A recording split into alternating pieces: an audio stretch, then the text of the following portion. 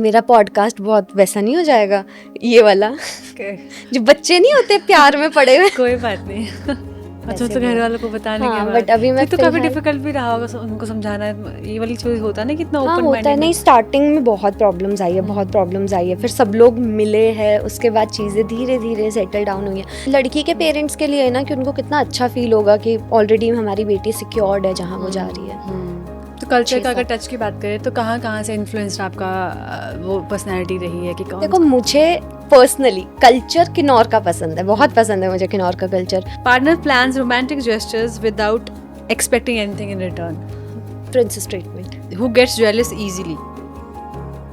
उन लड़कों को कैसे समझाओगे आप, क्या समझाओगे कि क्या चाहिए लड़कियों को, एक औरत को? रिस्पेक्ट।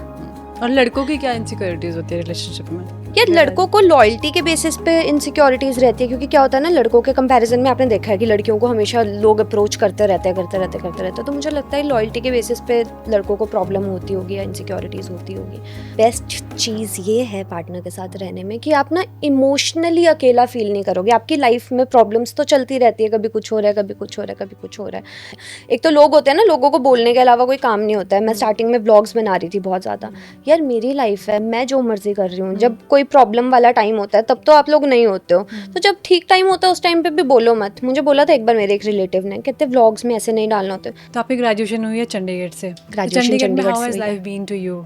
चंडीगढ़ में लाइफ मुझे ना पता क्या लगता है, मैं हिमाचल जाती हूँ तो मुझे लगता है कि चंडीगढ़ में लाइफ थोड़ी रिलैक्स्ड है, बट मैं चंडीगढ़ आती हूँ तो मुझे लगता है कि हिमाचल में लाइफ ज़्यादा अच्छी है। 3-4 सॉन्ग्स थे जिनमें मैंने ना स्कर्ट्स, फ्रॉक ये सब पहने, क्योंकि मुझे बोला गया है कि आपको वेस्टर्न ड्रेसेस कैरी करनी है, तो मुझे नहीं पता मुझे क्या पहनना है, मुझे बोला गया। अब उसमें नीचे कमेंट्स पढ़ो ना तो देखो अच्छा तो नहीं लगता है कि आपको ऐसे कमेंट्स आ रहे हैं। फिर मैंने अगले गाने में मैं सूट पहनूंगी। मैं वेस्टर्न नहीं, मैं सूट पहनूंगी। मुझे नहीं गालियाँ सुननी है यार। तो कितना टाइम लगा इससे निकलने में? बिकॉज एक टाइम यार ये तो बहुत ट्रॉमेटिक बात है उस लड़के से निकलने में, उस लड़के से निकलने में मुझे टाइम नहीं लगा। फिजिकल अब्यूज से भी निकलने में, क्योंकि फिर होता है ना कि वो चीजें आपको बार बार दिखने लगती है। अगर आपको कोई रहा थोड़ा टाइम रहा मुझे ऑनेस्टली ऐसे, मतलब जैसे मैं किसी होटल के कॉरिडोर में जाऊँ ना तो वो लंबा कॉरिडोर देख के मुझे हॉल पड़ता था, बट फिर मुझे ये लगा, मैंने कहा नहीं मुझे। पर ये वाली स्ट्रेंथ यार मतलब पहले से थी आप में, क्या डेवलप हुई है विद टाइम? यार ऐसा नहीं होता है, मुझे लगता है सिचुएशन आने पे ही पता चलता है चीज़ों का। मुझे लगता है कि हर सिचुएशन से हम कुछ ना कुछ सीखते हैं, मतलब जैसी मर्जी चीज़ें रही हो। ये मेरे लाइफ का वर्स्ट नाइटमेयर था जो मेरे साथ हुआ था।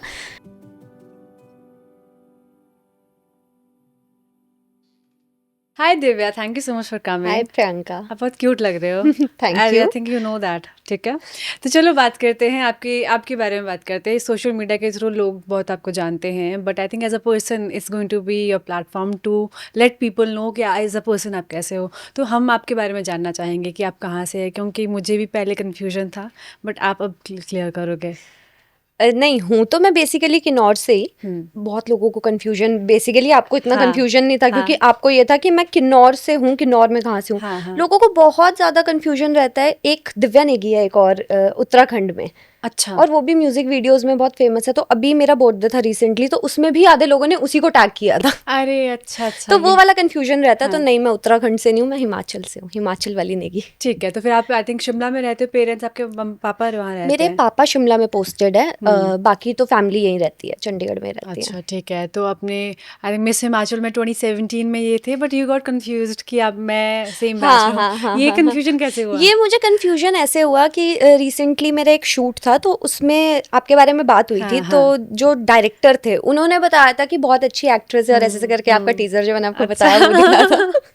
तो मुझे वहां से ना ये माइंड में फिट हो गया था कि आप मेरे साथ मेरे बैच में थे 2017 में। बट या गॉट क्लियर्ड। मैं आके पूछ रही थी, मैंने कहा मैं बड़ी हो गई हूँ। हाँ बड़े तो मतलब नहीं, you have a baby face. मुझे लग रहा है जब आप 40 के भी हो जाओगे तब भी ऐसे ही लगने नहीं, बट मैंने आके चिल होके इतना इसलिए पूछा था कि मैं बड़ी लग रही हूँ क्योंकि मुझे लगा था कि आप मेरे ही बैच में हो। बट मैंने देखा है आपको उस टाइम, देखा था रैंप वॉक के टाइम पे सेमीफिनाले में आई थिंक आप लोग आए थे ना? हाँ, आप लोगों के सेमीफाइनल्स में आई थी 2018 में। ठीक है, तो मिस हिमाचल की जर्नी कैसी रही आपकी? मिस हिमाचल की जर्नी बहुत प्यारी रही। मैंने वैसे सोचा नहीं था कि मैं मिस हिमाचल में जाऊंगी। उस दिन मैं ना मॉल पे घूम रही थी, मेरी फ्रेंड है नेहा संधू, उन्होंने मुझे बोला कि चलो ऑडिशन देते हैं। अच्छा। ऑडिशन के लिए हम गए, वहाँ पे लड़कियां क्या रेडी होके आई थी और मुझे कोई उम्मीद नहीं थी कि हम जा रहे हैं। हमने ऑडिशन दिया और हम उसके बाद बैठ गए वहाँ पे। तो लड़कियां थी कुछ कहती हम ग्रूमिंग के लिए कहाँ जाएंगे। अच्छा हाँ और हाँ उन सब में मैं ये सोच रही थी उस टाइम पे, मैंने कहा हाँ ये लोग जा रहे हैं ना, हम हाँ तो नहीं जा रहे ग्रूमिंग हाँ के लिए, क्योंकि हमारा ऐसा कोई प्लान नहीं था। हम्म, रैंडमली ऑडिशन दिया था, उसके बाद जब वो सिलेक्शन हुआ, सारा प्रोसीजर वगैरह तो आपको पता है कितना हाँ सारा हाँ रहता है। हाँ वो सारा होने के बाद मुझे मिस हिमाचल खत्म होने के बाद रियलाइजेशन हुआ कि ये हुआ क्या है। मिस हिमाचल के टाइम पे मैं बहुत छोटी थी, मेरे 12th के एग्जाम्स होने वाले थे। अच्छा ये हाँ मिस हिमाचल के फिनाले के 1 महीने के बाद मेरे 12th के एग्जाम्स थे। सोचो, कुछ पता नहीं चला उस टाइम से, दीदी दीदी दीदी दीदी करते।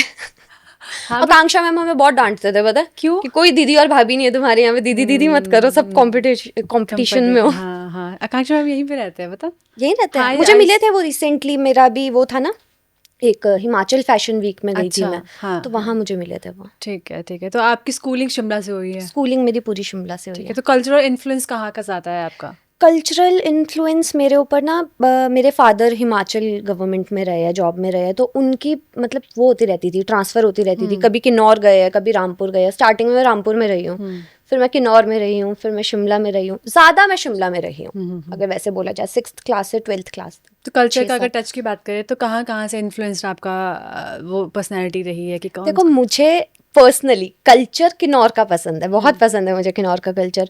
बट प्रॉब्लम मेरे साथ ये हो गई है, मेरे फादर किन्नौर के हैं, मेरी मदर बिलासपुर के हैं ना। उन्होंने लव आपस मैरिज में थी। लव हाँ मैरिज थी, हाँ भाग के शादी की थी। ओ भाई हाँ ये भी तो बहुत रहता है कल्चर वहाँ पे मतलब इट्स वेरी नॉर्मल देयर हाँ ना। नहीं, मेरे ना पेरेंट्स का थोड़ा डिफरेंट था। मेरे फादर ऑर्फन थे, अच्छा तो फिर मेरे मदर के घर वालों ने उनको रिजेक्ट कर दिया था काइंड ऑफ उस टाइम पे, तो फिर उन्होंने भाग के शादी की थी।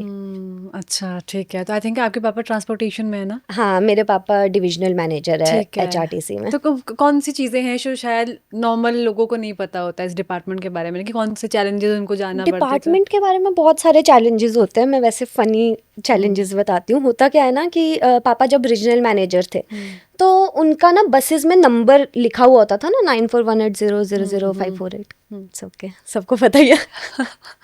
ठीक है तो वो बसेस में ना नंबर लिखा हुआ होता था। हाँ एक बार ही क्या हुआ, पापा को रात को 2 बजे फोन आया, पता वो बंदा वॉल्वो में बैठा हुआ था, हाँ तो उसने वॉल्वो के सब लोगों को परेशान कर दिया। उसको मे बी प्यूकिश फील हो रहा होगा, तो उसने वॉल्वो में सब लोगों को परेशान कर दिया। अब वो बंदा रात को नंबर घुमा के पापा को फोन कर रहा है, कह रहा है आपका कंडक्टर मुझे बोल रहा है मैं आपको बाहर उतार दूंगा। पापा नींद में बोलते, कहते मैं वहां होता था, मैं कैच कर लेता। तो बहुत सारी ऐसी चीज़ें होती है जो होता है ना कि किसी नॉर्मली ड्राइवर ने गलत जगह पे गाड़ी भी पार्क कर दी है, तो भी फ़ोन। हमने पापा को स्टार्टिंग से इतना फ़ोन पे देखा है, इतना फ़ोन पे देखा है। सिर्फ एक जगह थी जहाँ पे फ़ोन ज़्यादा चलते नहीं थे, किन्नौर में, वहाँ पे वॉकी टॉकी रहता था, वो पूरा टाइम बोलता रहता था। तो शिफ्ट की मैनेजमेंट कैसी होती है उनकी। नहीं, वो नॉर्मल गवर्नमेंट जॉब जैसे है कि सुबह 10 बजे जाना है, 5 बजे आपको वापस आना है, वो वैसा हेक्टिक नहीं है। आई उस थिंक टाइप का हेक्टिक नहीं है। बट हेक्टिक कैसे होता है ना कि ये डिपार्टमेंट ऐसा है जिसमें 24/7 आपको काम है। आपकी बस का टायर पंचर होने से लेके आपकी बस का एक्सीडेंट हो गया है, तो आपको हर जगह मैनेजमेंट में वहाँ रहना पड़ेगा।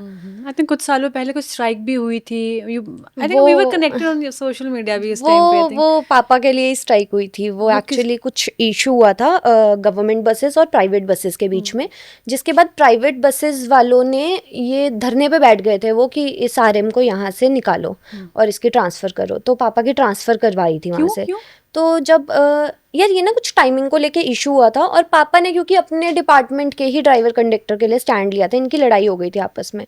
तो जब उन्होंने वहाँ पे बोला कि हम बसेस नहीं चलाएंगे, तो फिर वो एचआरटीसी वालों ने पूरे हिमाचल में चक्का जाम कर दिया था। वो हर बस स्टैंड पे चक्का जाम था उस टाइम पे, किसी भी बस स्टैंड से गाड़ी नहीं चली थी। अच्छा ठीक है तो आपकी ग्रेजुएशन हुई है चंडीगढ़ से। तो ग्रेजुएशन चंडीगढ़ में चंडीगढ़ हाउ से हैज हुई है। Life been to you. Chandigarh में लाइफ मुझे ना पता क्या लगता है, मैं हिमाचल जाती हूँ तो मुझे लगता है कि चंडीगढ़ में लाइफ थोड़ी रिलैक्स्ड है, बट मैं चंडीगढ़ आती हूँ तो मुझे लगता है कि हिमाचल में लाइफ ज़्यादा अच्छी है। ऐसा क्यों होता है। यार हेल्थ वाइज ज़्यादा अच्छा फील होता है ना हिमाचल में। आपकी स्किन ज़्यादा अच्छी हो जाती है, आपके बाल ज़्यादा अच्छे हो जाते हैं, गर्मी कम होती है, मौसम बहुत अच्छा है। मैं भी कल मनाली से आई हूँ, तो मौसम वहाँ पे बहुत प्यारा है। अभी थोड़ी ज़्यादा ठंड हो गई है, अभी चंडीगढ़ में अच्छा है, बट यूजुअली हिमाचल में। और मुझे शिमला में रहने की आदत है। शिमला में आपने देखा होगा कि आई गेस 3-4 महीने ठंड होती है, उसके अलावा तो बहुत प्यारा मौसम होता है शिमला में। True that.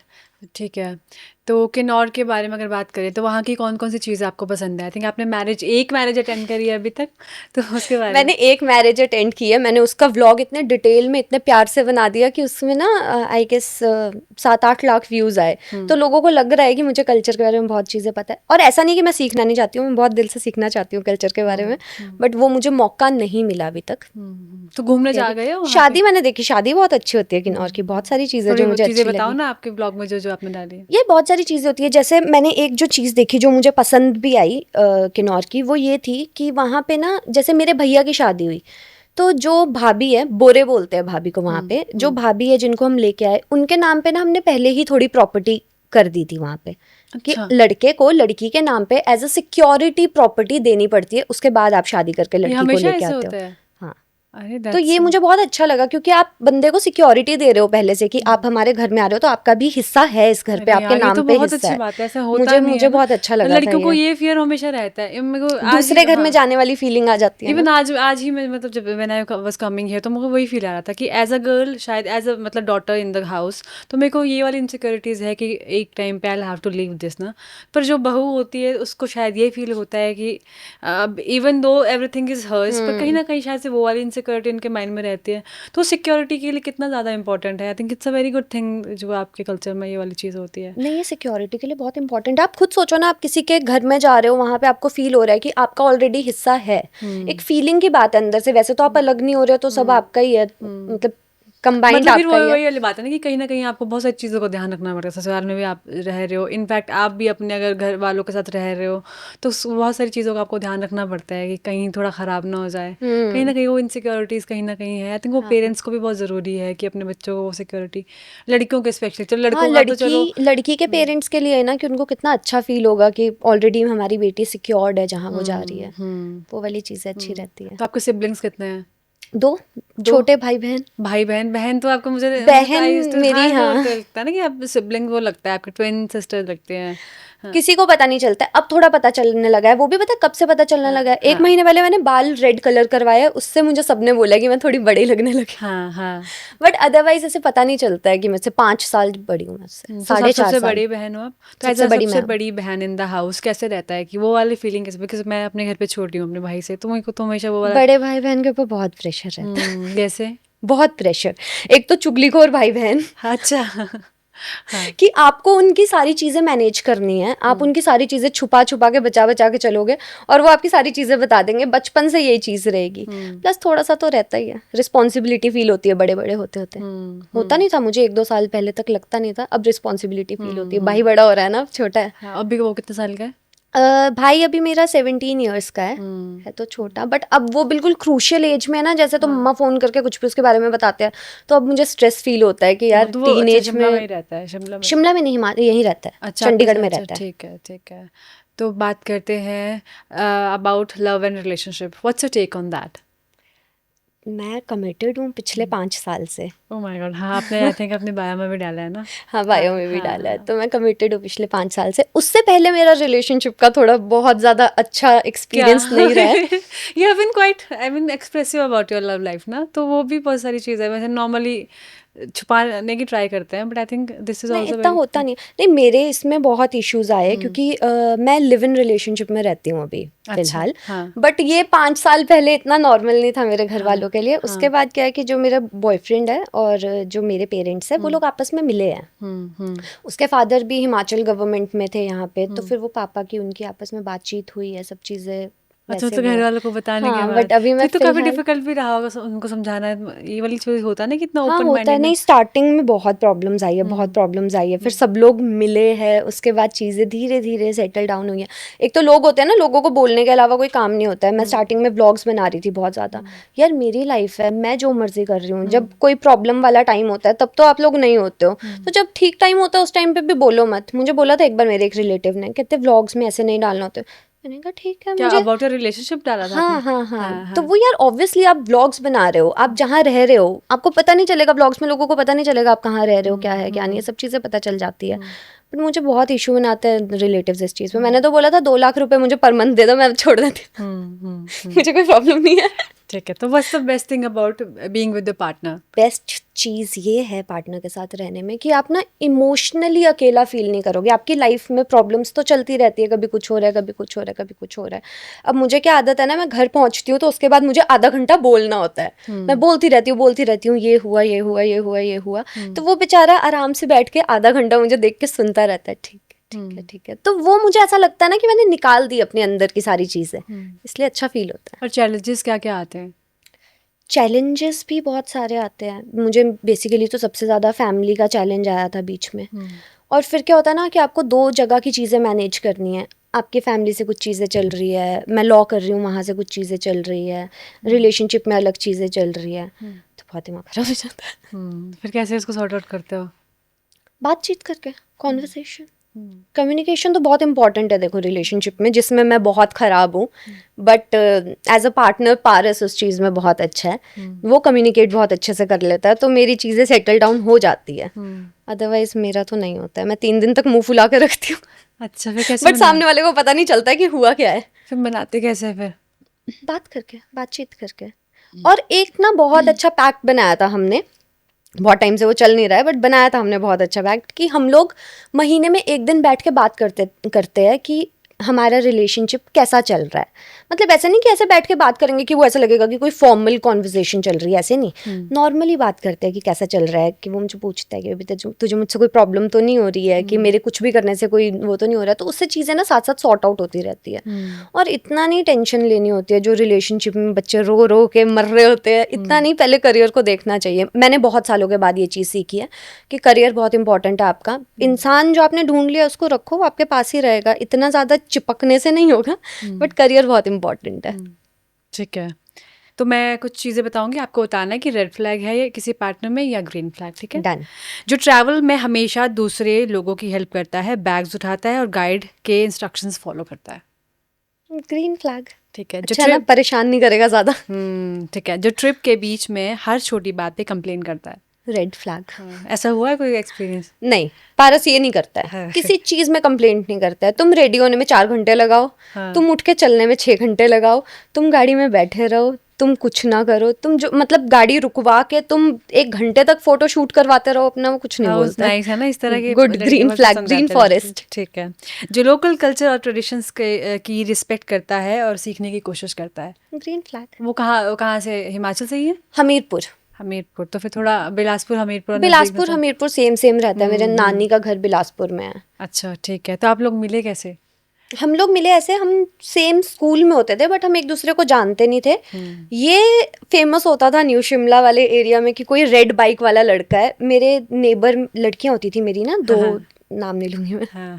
2 लड़कियां होती थी। तो एक दिन ना वो रैंडमली आई है, कहती आज हमने फोटो ले ली। मैंने कहा किस चीज़ की फोटो ले ली? कहती वो बाइक वाला लड़का है ना रेड। मुझे लगा फोटो ली होगी और मैं जानती नहीं थी उस टाइम की कौन है। मुझे लगा फोटो ली होगी, बाइक के साथ फोटो खिंचवा के आई थी। तो इसने मेरे बारे में ऐसे सुना था कि इसके फ्रेंड सर्कल में जितने भी लोग थे ना, वो थोड़े बहुत उसमें लड़के मेरे बीच बड़े होते, तो इसने दिव्या दिव्या दिव्या सुना हुआ था। मैंने पारस पारस पारस सुना हुआ था बहुत ज़्यादा। हम मिले बहुत टाइम के बाद है। हमारा कॉमन बेस्ट फ्रेंड होता था, मेरा भी बेस्ट फ्रेंड था वो, इसका भी बेस्ट फ्रेंड था। उसने एक दिन मिलवाया है। और जब हम पहली बार मिले तो मैंने मना किया कि मुझे इस लड़के से नेक्स्ट टाइम नहीं मिलवाना। क्यों?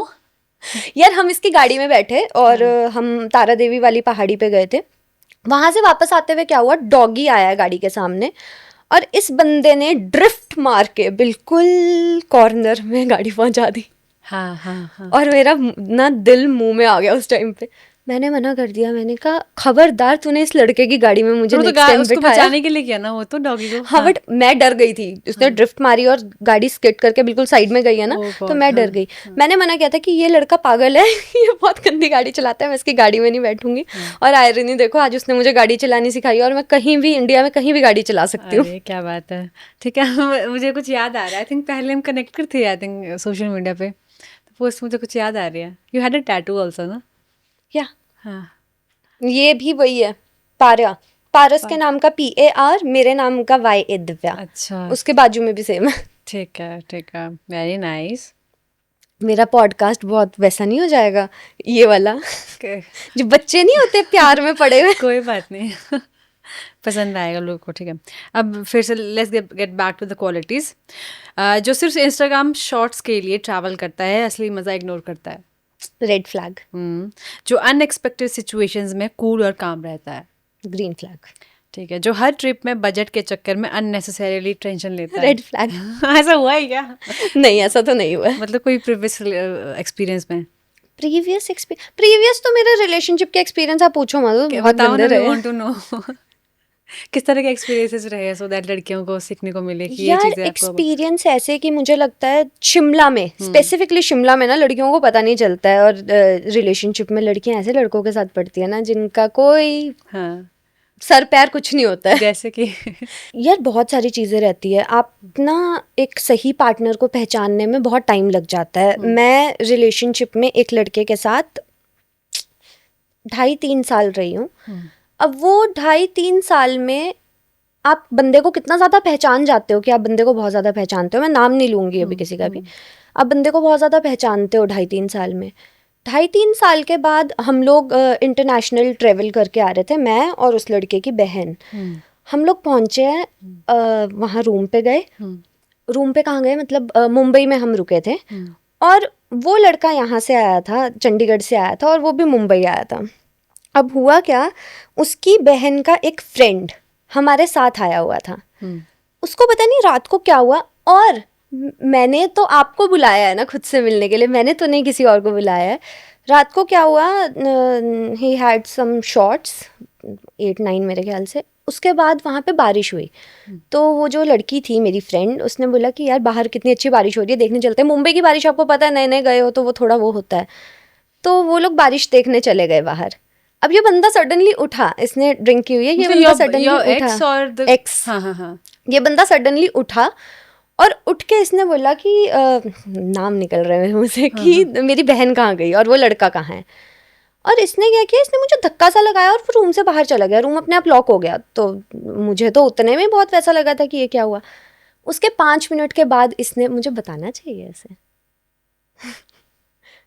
उसके 5 मिनट के बाद वो आया, उसने रूम पे ज़ोर से किक किया डोर पे, क्योंकि डोर अपने आप लॉक हो गया था। वो आया और उसने ना मुझे पेट पे किक मारी है, और मैं जाके बेड पे गिरी हूँ, और मुझे समझ ही नहीं, मैं फ्रीज थी, मतलब उस टाइम पे मुझे कुछ समझ नहीं आया है। उसके बाद क्या हुआ, उसने चीज़ें उठानी स्टार्ट की रूम की, और एक चीज़ उठा के फेंक रहा है, दूसरी चीज़ उठा के फेंक रहा है, ऐसे उठा उठा के मार रहा है वहाँ से प्लेट्स। और मैं वहाँ पे, ये ब्लैंकेट है, ब्लैंकेट के अंदर छुप रही हूँ, फिर निकल के देख रही हूँ कि अब नेक्स्ट क्या फेंक रहा है ये। ऐसे करते करते सारी चीज़ें ख़त्म हो गई।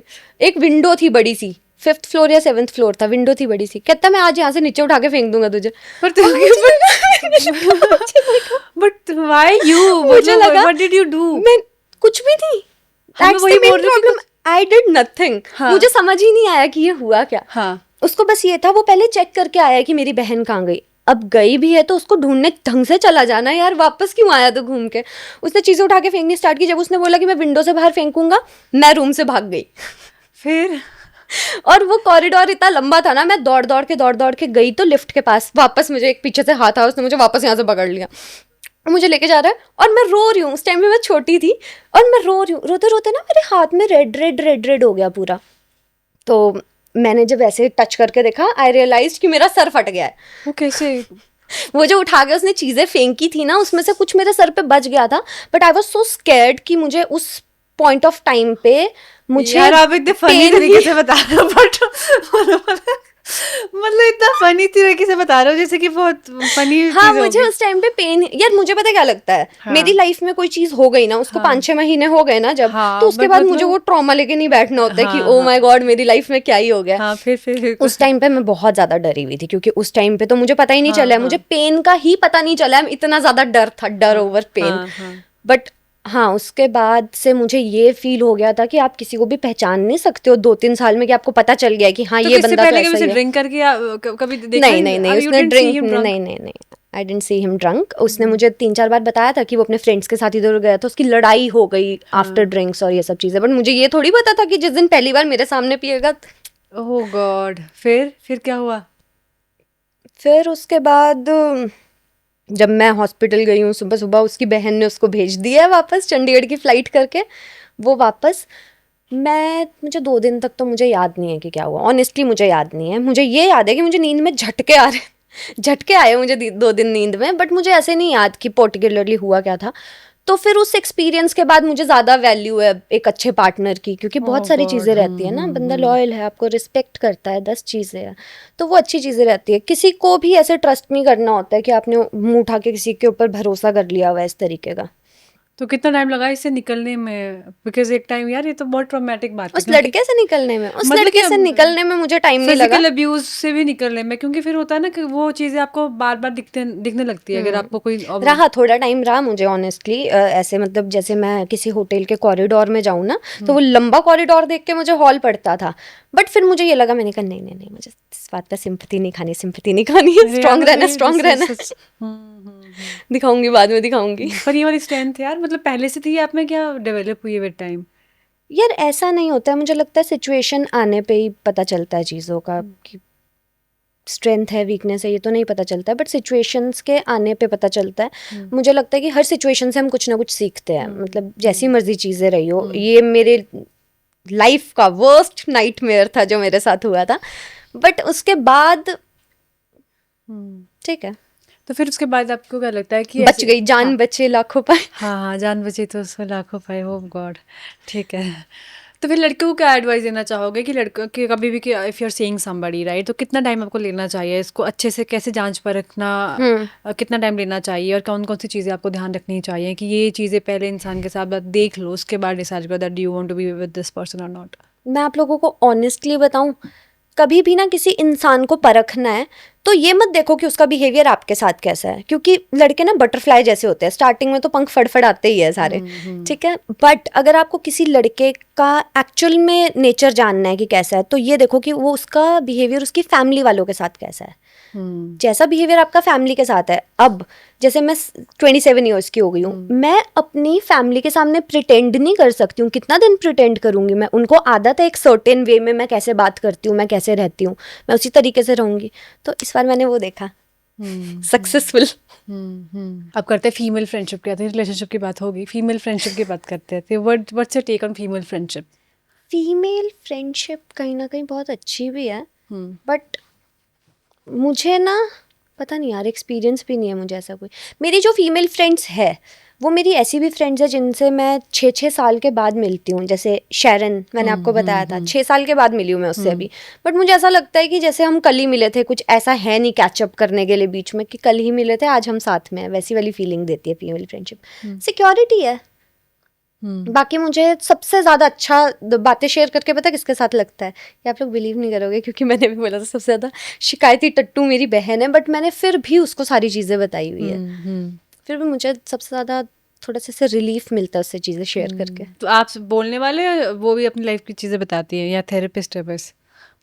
कौन? आपकी मेरी बहन बहन सुनती है या अपनी चीज़ें? नहीं, अपनी ज़्यादा बताती है क्योंकि ऑब्वियसली मैं ज़्यादा रख लेती हूँ अपने अंदर चीज़ें, मैं कम बताती हूँ। मेरी लाइफ के बारे में 100% किसी को भी नहीं पता है पूरी दुनिया में, not even my parents, not even Paras, किसी को भी 100% नहीं पता होगा मेरी लाइफ के बारे में। बहुत सारी चीज़ें रहती है जो मुझे ऐसा लगता है कि यार ये क्या बतानी है, इसमें क्या सिंपैथी खाने वाली चीज़ है। अच्छा, मुझे ज़्यादातर वो तब ट्रिगर करता है जब कोई बोलता है ना, कोई चीज़ सुनाता है कि मेरा ये चाइल्डहुड ट्रॉमा है, मुझे लगता है, मैंने कहा यार मेरे साथ भी ऐसा हुआ था, मुझे ट्रॉमा क्यों नहीं हो गया, मुझे पता नहीं था इस चीज़ का ट्रॉमा लेना है। हाँ, बट आई थिंक घर पे सारे थोड़े प्रैक्टिकल हो आप चीज़ों को लेकर ना, which is a very good thing about you. But हाँ, कोई कोई लोग ज़्यादा सेंसिटिव होते हैं, उनको ज़्यादा सफ़र करना पड़ता है। Just like me, I am very sensitive, उसकी वजह से मुझे ज़्यादा ट्रॉमाज छोटे वाले जो बच्चे होती ज़्यादा भी नहीं है ना sensitive। चीज़ें लेने की, वो भी ट्रॉमा ले लेती बचपन में लेती रही थी। बट चलो ना, I become a better person now. ठीक है, तो किन्नौर आपका ट्रैवल कर जाना होता है कभी कभी? तो किन्नौर के सबसे फेवरेट स्पॉट बताओ, अगर किसी को ट्रैवल करना हो तो कौन सी चीज़ है? किन्नौर में सबसे अच्छी जगह है अगर ट्रैवल करना हो, एक तो काजा है, काजा तक तो आप जाओगे अगर आप इतना लंबा ट्रिप बना रहे हो, तो काजा जाके आना, ऑल्दो मैं नहीं गई हूँ, मुझे भी ले जाना। और वो बहुत सुंदर है, कल्पा बहुत सुंदर है, और अपना ये लिप्पा भी बहुत अच्छा है। अब मैं जहाँ की हूँ वहाँ का तो नाम लूंगी मैं। आप लिप्पा से? लिप्पा, ठीक मैं है। लिप्पा से हूँ। लिप्पा है, कल्पा है, और वो है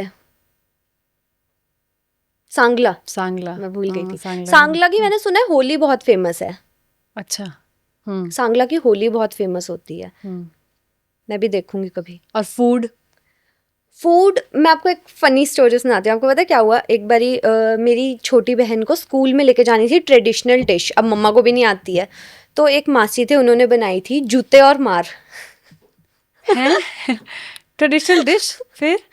मार ना किन्नौर में बोलते हैं उसको, घी को।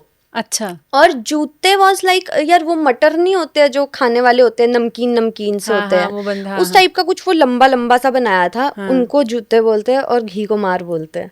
हाँ। और अगर मैंने ये गलत बोला होगा तो मुझे बहुत मार पड़ेगी, बट मैंने गलत नहीं बोला, मुझे जो बताया गया मैंने वही बोला आगे। कोई और चीजें हैं वहाँ की? मेरे अगर दादा दादी भी होते ना तो भी मुझे थोड़ा ज्यादा मतलब चीजों के बारे में पता होता, बट एक तो मम्मा पापा दोनों ही अलग अलग, उसके लैंग्वेज दोनों की डिफरेंट, दोनों के कल्चर्स डिफरेंट, वो चीज़ हो गई। ऊपर से मेरे दादा दादी नहीं थे, तो वहाँ से भी वो वाली चीज़ नहीं मिली है। तो दिव्या, आपने सॉन्ग्स भी बहुत सारे किए, पहाड़ी सॉन्ग्स बहुत करे हैं ना, तो कैसे एक्सपीरियंस कैसा रहा है? काफ़ी सॉन्ग्स आपके पॉपुलर भी हुए हैं, है ना? हाँ, रौनको बाजारो दी एंड रौनक स्टफ, बाजार, वो हाँ काफ़ी रौनक लोगों ने बाजार में, सुना है। हाँ हाँ। बहुत अच्छा एक्सपीरियंस था। मैंने स्टार्टिंग में इतना सोचा नहीं था कि मैं हिमाचल में, मैंने पंजाब में काम करना स्टार्ट किया था, तो मैंने यहाँ पे सॉन्ग्स किए, स्पीड रिकॉर्ड्स के भी सॉन्ग्स किए, तो उस टाइम पे मैंने सोचा नहीं था कि हिमाचल के सॉन्ग्स करूँगी। लॉकडाउन में एक दिन क्या हुआ, मुझे सडनली फ़ोन आता है कि ऐसे ऐसे एक सॉन्ग है रौनको बाजारो दी, उसकी ऑडियो में ऑलरेडी 3 मिलियन 4 मिलियन व्यूज़ है। उसकी ऑडियो जो थी ना वो एल्बम में आई हुई थी कि ऑलरेडी बहुत व्यूज़ है और गाना चल रहा है, तो उसका वीडियो शूट करना है। और ये आप बिलीव करोगे, ये मेरा पिछले दिन इसी के साथ अपने एक्स बॉयफ्रेंड के साथ स्यापा चल रहा था और मैं इतना रोई हूँ रात को, और अगले दिन मेरे पूरे उसमें ना आंखें स्वेल्ड है गाने में। तो वो मैंने वहाँ से सॉन्ग किया था जो काफ़ी अच्छा चला, तो उसके बाद मुझे थोड़ा सा हुआ कि नहीं यार, हिमाचल के सॉन्ग्स भी किए जा सकते वैसे हैं। थोड़ा हेजिटेंट होते हो ना आप करने के लिए, क्योंकि आई थिंक नहीं, मुझे वैसी वाली हेजिटेशन नहीं थी, बट ये था कि होता है ना वो कि आप ऑलरेडी बाहर निकल गए हो, फिर आप इंडस्ट्री देख रहे हो ग्रो करती हुई, फिर आपको हाँ, वो बट मुझे रहता लगता है यार जितना हम कंट्रीब्यूट कर सकते हैं हमें करना चाहिए, तभी तो आई थिंक आएगा ना। अभी हेजिटेशन आपको हटा देनी चाहिए, थोड़ी क्वालिटी भी इम्प्रूव हो, क्योंकि गाने बहुत चल रहे हैं मैं अभी ना। हमेशा, मैं कभी हाँ हिमाचल वालों से ज़्यादा पैसे चार्ज नहीं करती हूँ गानों के लिए, हम्म हमेशा कम करती हूँ, पंजाब से हाफ 50% ऑफ। तो आपको क्या लगता है कि हिमाचल की इंडस्ट्री की कौन कौन सी अच्छी चीज़ें आपको लगती हैं, और कौन सी चीज़ों में इम्प्रूवमेंट की ज़रूरत है अभी भी? हिमाचल की इंडस्ट्री में इम्प्रूवमेंट चाहिए टाइम को लेके थोड़ा। मैंने जो मतलब कंपैरिजन में देखा है ना, जब बाहर के जो शूट्स में मैं जाती हूँ उसमें ना टाइम को लेके मैनेजमेंट बहुत अच्छी रहती है लोगों की, कि हाँ ये टाइम है, ये टाइम है, ये टाइम है, इतने बजे तक ये शॉट्स कंप्लीट करने, इतने बजे तक ये शॉट्स करने। हम जब हिमाचल के शूट पे जाते हैं तो हमने चल करके चलते हैं, सुबह 11 बजे उठेंगे, आराम से निकलेंगे, आराम से शूट होगा, उसके बाद लाइट चली जाएगी, उसके बाद मतलब टाइम ज़्यादा लग जाता है। जिस सॉन्ग को शूट होने में यहाँ पे 1 दिन लग जाता है वो वहाँ पे 3 दिन लग जाते हैं, बट वही है ना कि अभी इंडस्ट्री ग्रो कर रही है, सब मिलके साथ में काम कर रहे हैं, वैसे वैसे ही धीरे धीरे वो होगा। ठीक है।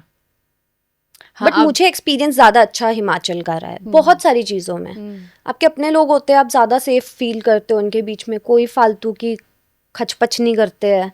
हाँ, तो मुझे बहुत अच्छा, मेरा बहुत अच्छा एक्सपीरियंस रहा है, सेफ फील करते हो आप अपनी जगह पे जाके। True that.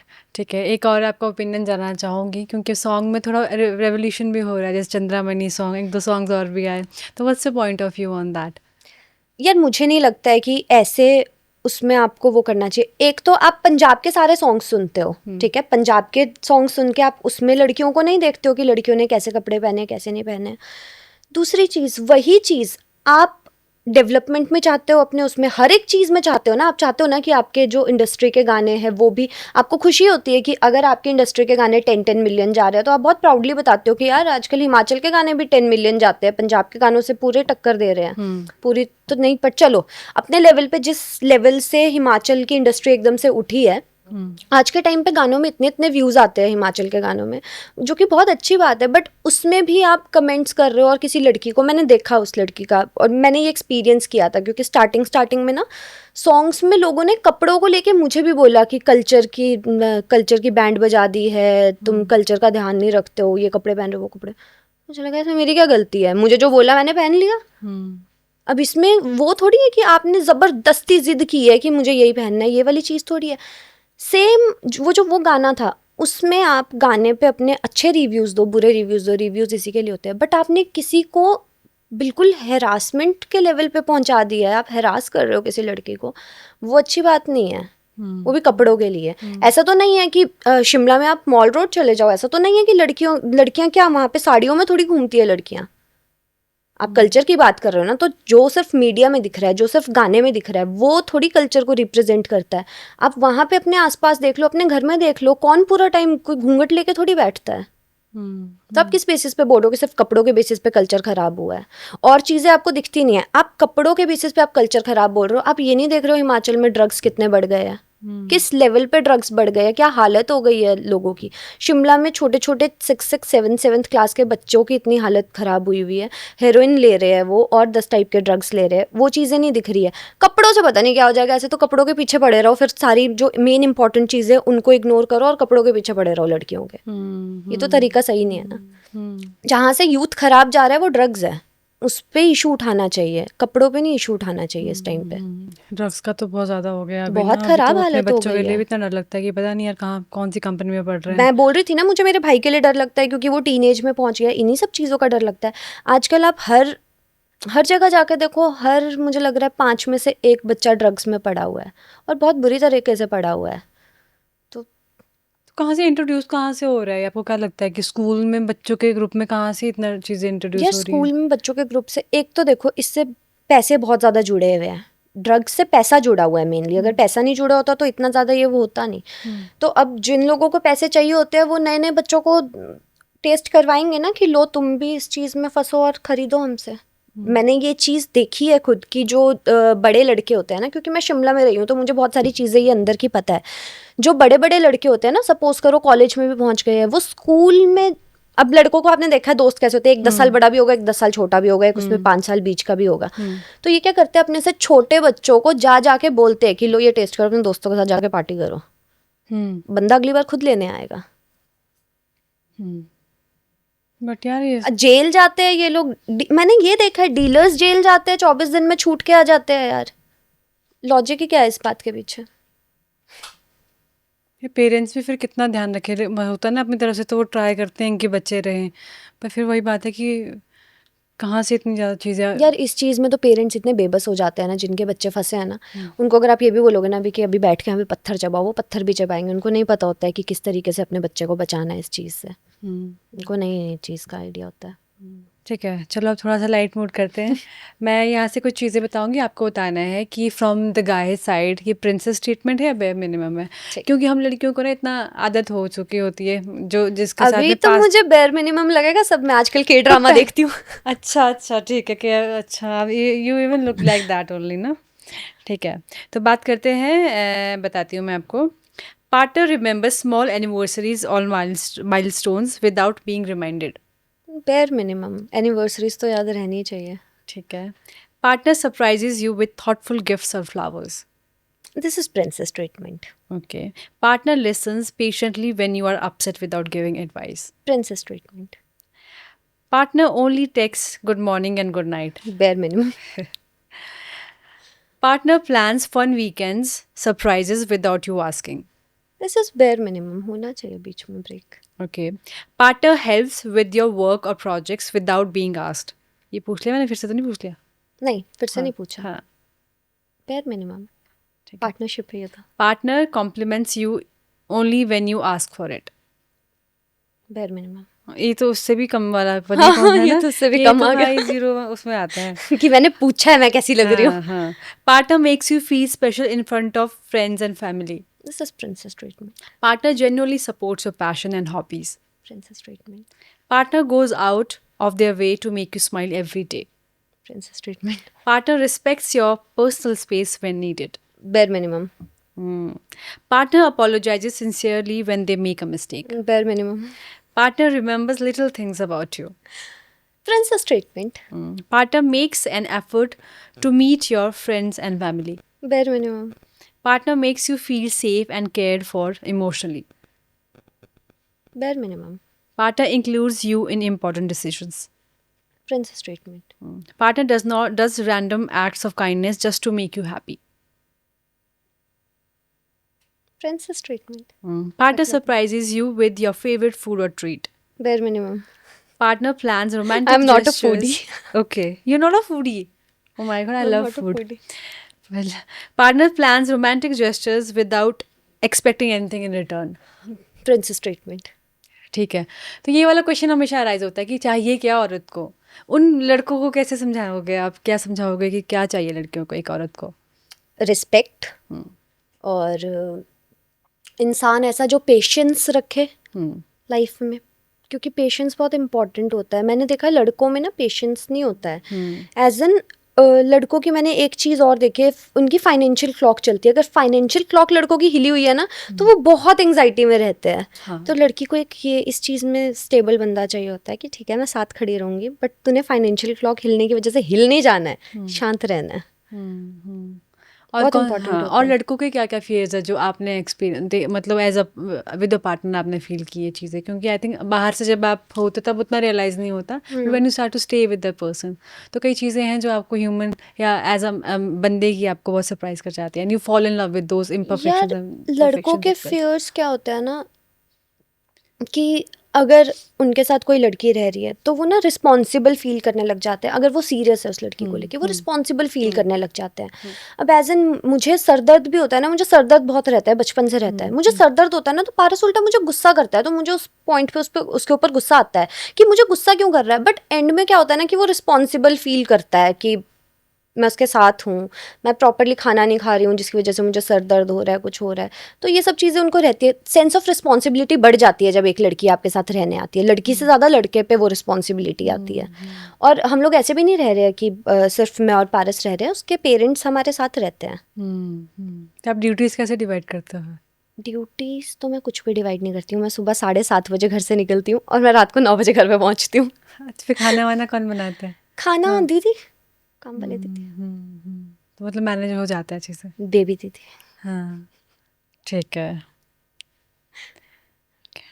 हो जाता है मैनेज। मैं फिलहाल सिर्फ अपनी स्टडीज़ मैनेज कर रही हूँ अभी। एक राउंड करते हैं, who does what, couple round करते हैं। मैं क्वेश्चंस पूछूंगी, आपको बताना है कि हु डज इट मोर, आप करते हो या वो करते हैं, ठीक है? Who says sorry first after a fight? No one. No one. फिर कैसे रिजॉल्व करते हैं? सॉरी कोई नहीं बोलता? बात होती है लंबी चौड़ी 5-6 घंटे की, हाँ। उसमें सॉरी नहीं होता है, सिर्फ बात होती है।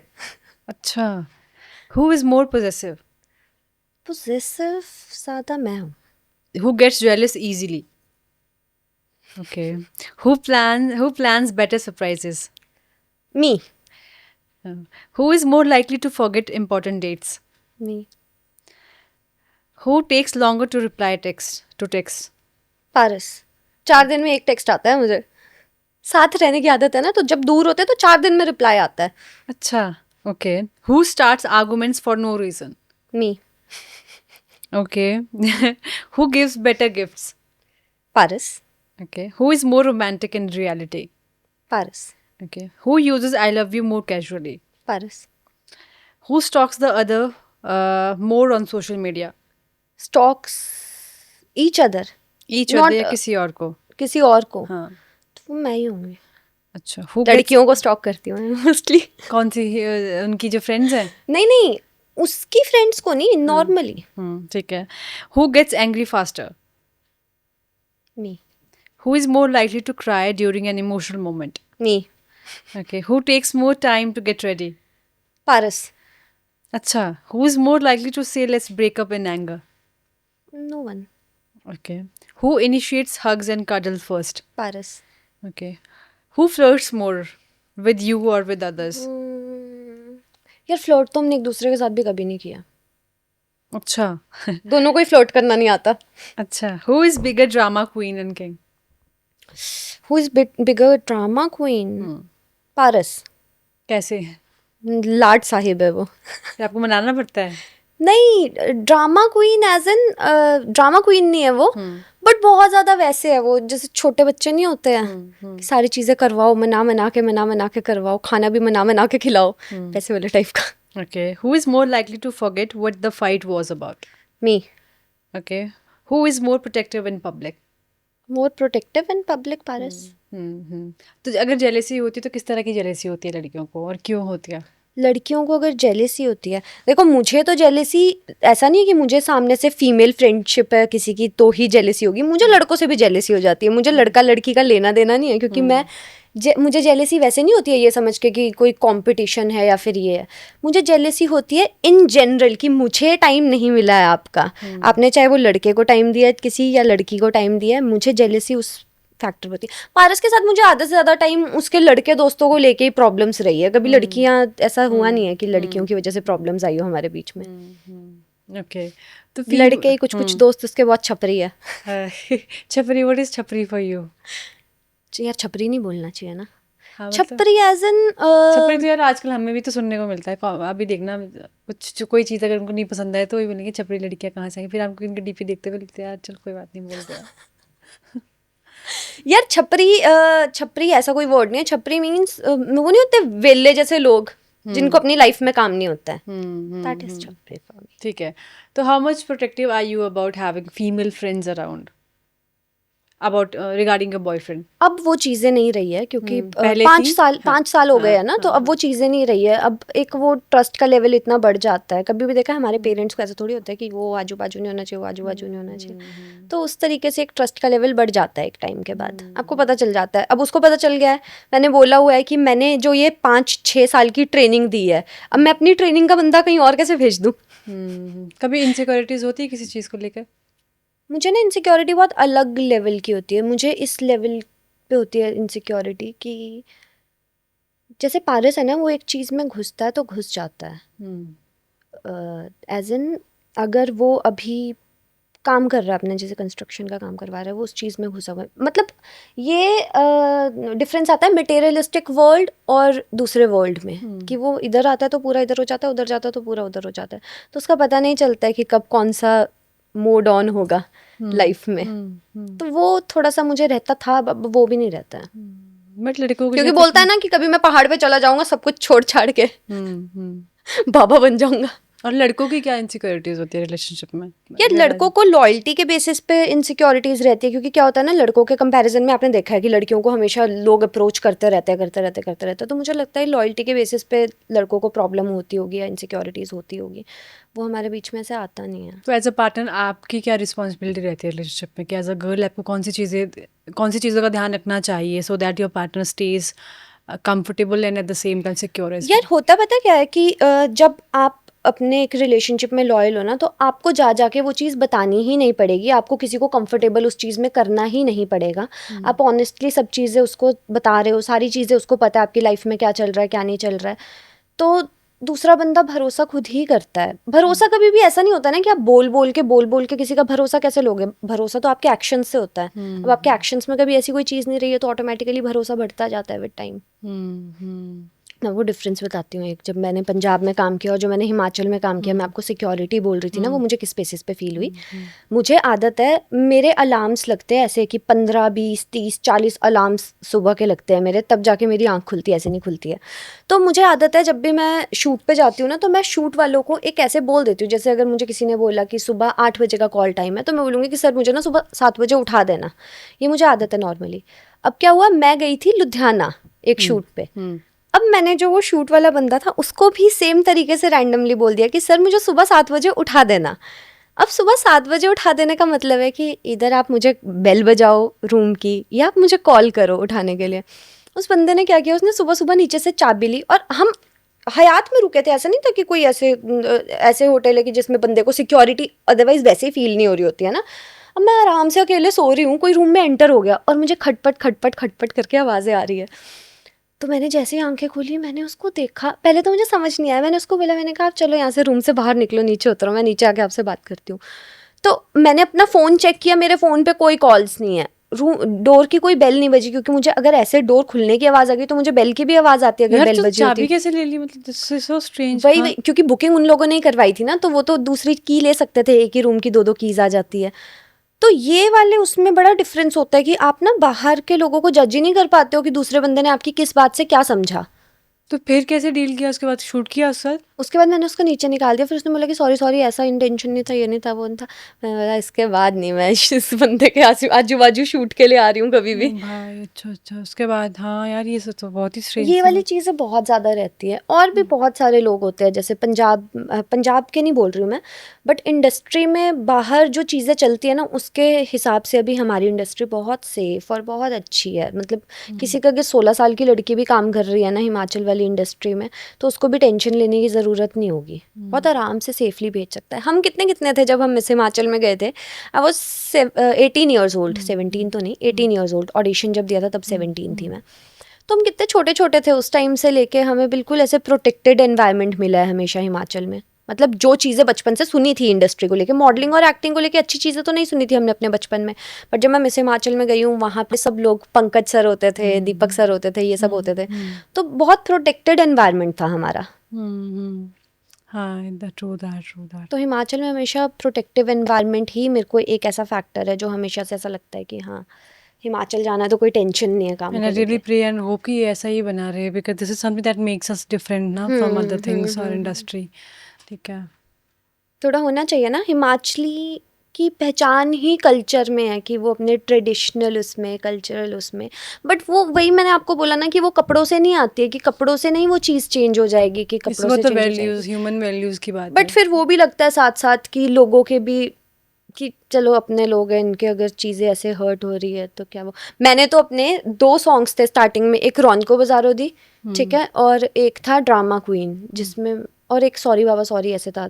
यार मैंने ना 2018 में किया मनाली कार्निवल, तो हम 2018 लोग में? 2018 में अच्छा ठीक है। मनाली कार्निवल में गई थी ना। मिस हिमाचल के बाद? मिस हिमाचल के बाद, हाँ मिस हाँ। हिमाचल 2017 में था, 2018 में मनाली कार्निवल था, जो कि मेरे लाइफ का लास्ट ब्यूटी पेजेंट था। उसके बाद मैं गई हूँ, मैंने मिस रोडू वो किया है, ग्रूम किया है लड़कियों को वहाँ पे, प्लस मैंने वहाँ के ऑडिशंस लिए, वहाँ का जज किया, बट मैंने वो नहीं किया, वापस खुद ऑडिशन नहीं दिया।